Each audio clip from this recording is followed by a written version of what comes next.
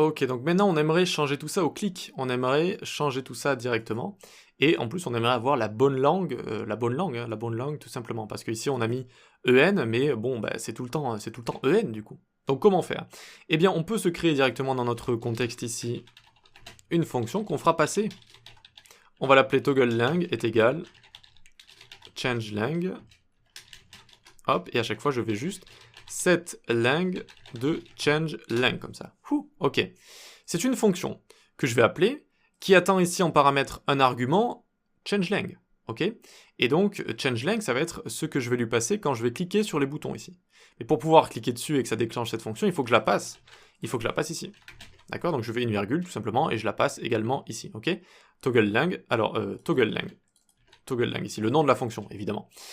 Ok, donc on peut aller dans togglelang maintenant, et on va avoir besoin d'importer notre contexte, donc import context from context/lang context. Ensuite, on va venir en extraire const togglelang est égal use context.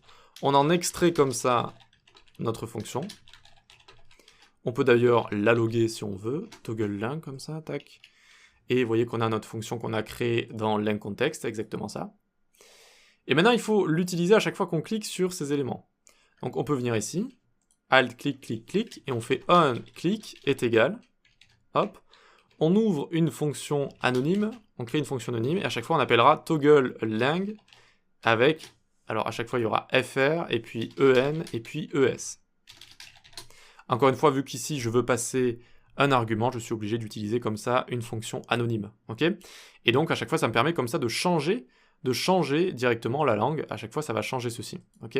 D'ailleurs on pourrait le loguer si vous voulez, log lang, hop, regardez je vais cliquer, donc pour l'instant c'est en, je clique ici c'est fr, en, es, fr, en, es comme ça, fr, en, es. Et devinez quoi? Eh bien directement ça va actualiser tout ça.